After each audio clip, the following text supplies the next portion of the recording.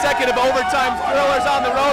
The Road Warriors return home to the Bradley Center. We were on the road with them too, and before we get to Tuesday night's action at the Bradley Center, a couple guys in New York wanted to say hello to Marquette. Hey, this is Brad Galli. Hey, this is Will Forte. Go Marquette, go UCLA. This is Al's night, and this is Marquette Basketball Weekly.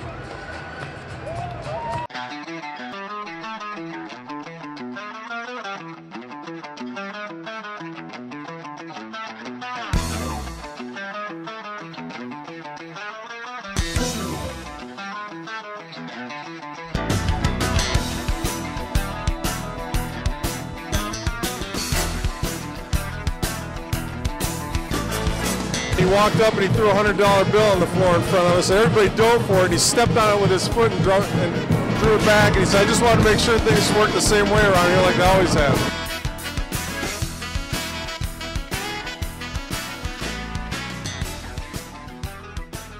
Welcome into Marquette Basketball Weekly. I am Brad Galli. We're here at the Bradley Center. What a special night. McGuire Night. We've got a couple of great pieces coming your way here. First, what current players, coaches, and VIPs are saying about Al McGuire and what he means to the program. Plus, we're going to compare the current student of the program, Buzz Williams, to the legendary coach, Al McGuire. How about those current Golden Eagles? You hear it. The fans love them. After projecting to go 12th in the nation in the Big East, they are exceeding expectations. Hear how they made those opinions bulletin board material. But first, let's check out this week's PrimeTime Player of the Week. Thanks for joining us here, guys. I'm Donnie Dwyer in Studio 7 of Johnson Hall, giving you the Primetime Player of the Week. This week's player is Darius Johnson-Odom. Johnson-Odom, whose jersey number is 1, has been the #1 player in the past 2 games.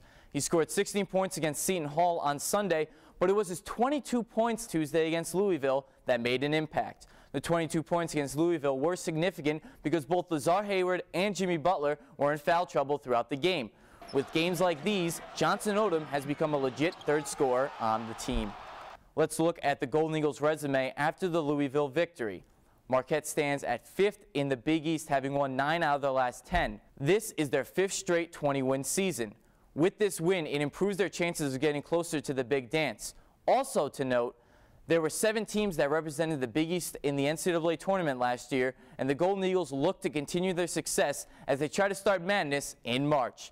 Now let's send it over to Todd Warner for more on Marquette's 5th consecutive 10-win season in the Big East. At the end of the day, teams are measured by wins and losses. Consistency is defined as being at the top of the Big East year in and year out. The Golden Eagles have done just that. 5 seasons or 10 or more wins. The only team to do that is Pittsburgh. The players take extreme pride in that fact. I think it means a lot to us, this team this year, being that we were supposed to be in 12 and we had a lot of new guys and we wasn't supposed to do much.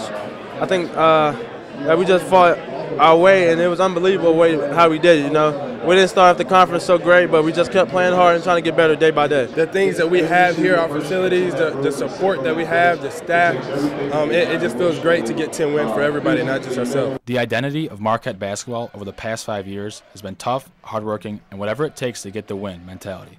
The past 5 seasons, these teams have displayed this consistent great play during league games. This program made a huge jump in 2005 from Conference USA to the Big East, and they have leaped up to the top-tier teams in the league. And now they just want to keep this tradition going. You start rattling off all of the players that were in the program and the coaches that were in the program when they went to the Big East, and the jump that was involved, and all of the decisions and all of the newness and all of the things that go into that. Obviously, I've never been a part of it. I think that it speaks a great deal about all of the facets of having a program at this level. Can't take away our wins from us.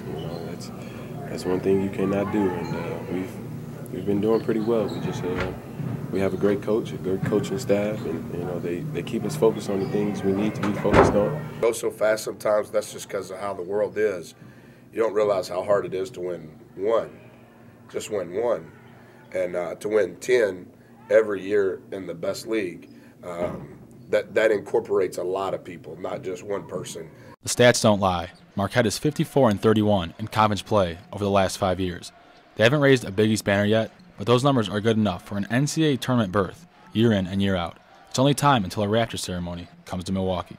Reporting from the Bradley Center, Todd Warner, MUTV Sports. Last year, Buzz Williams said if he had it his way, every night would be Al's night. He paid homage to the late, great McGuire earlier in the season on the 9th anniversary of his death by wearing a light blue sport coat. Tuesday night, 16,000 honored the 1977 National Championship coach, and some of the VIPs in the building told me how much they value the quirky, caring legend of excellence here at Marquette. People can't fully appreciate it unless they were there, and I was 5 years old when they won the championship, but if you haven't been down to the Al McGuire Center and taken the tour and listened to some of the sound clips that they have, you really owe it to yourself, because he just wasn't a coach that came in and won a national championship for us. He was really a vibrant personality and one of the most memorable people in all of college basketball. Al McGuire really started this run, and he recruited some guys, as you know, from New York. And good things happen when you recruit good players. Butch Lee, Bernard Toon, Earl Tatum. I shouldn't start naming names because then I'll miss somebody. Rick Cobb, the elevator man. It goes on. And then you combine it with Midwest's finest, the big guys that can play tough. It's a winning formula. Some of the current Golden Eagles are no slouches to learning the history of the program. Darius Johnson told me he enjoys taking in as much as he can about Marquette basketball, and with McGuire at the core of it, he knows plenty about Al. It means a lot, you know, coming in, being a coach like him. I was watching something today. He's a very passionate guy. He loves the game of basketball, and I think he turned the program around when he was head coach here. He's history here, you know. He has his own building. He has his own statue, and that's real big, you know. When you walk into the Al, that's the first person that you see. He brought us our national championship. You know, besides Dwayne Wade, everybody knows Al McGuire. For 8 straight years, they were in the top 10, and you know, he basically got Marquette notoriety, and basically anywhere you travel now, people, you know, have heard of Marquette and understand the tradition that has gone on here. Everywhere we go, you know, he's world. I mean, he's nation known and everything like that. You know, so it means a lot to this program. After the win Tuesday night over Louisville, Coach Williams said he was emotionally bankrupt, but he showed that he was clearly happy for his guys in their 20th win, and he was very proud of their winning tribute to McGuire. That's part of my emotion. I thought the tribute to him on the video board was cool.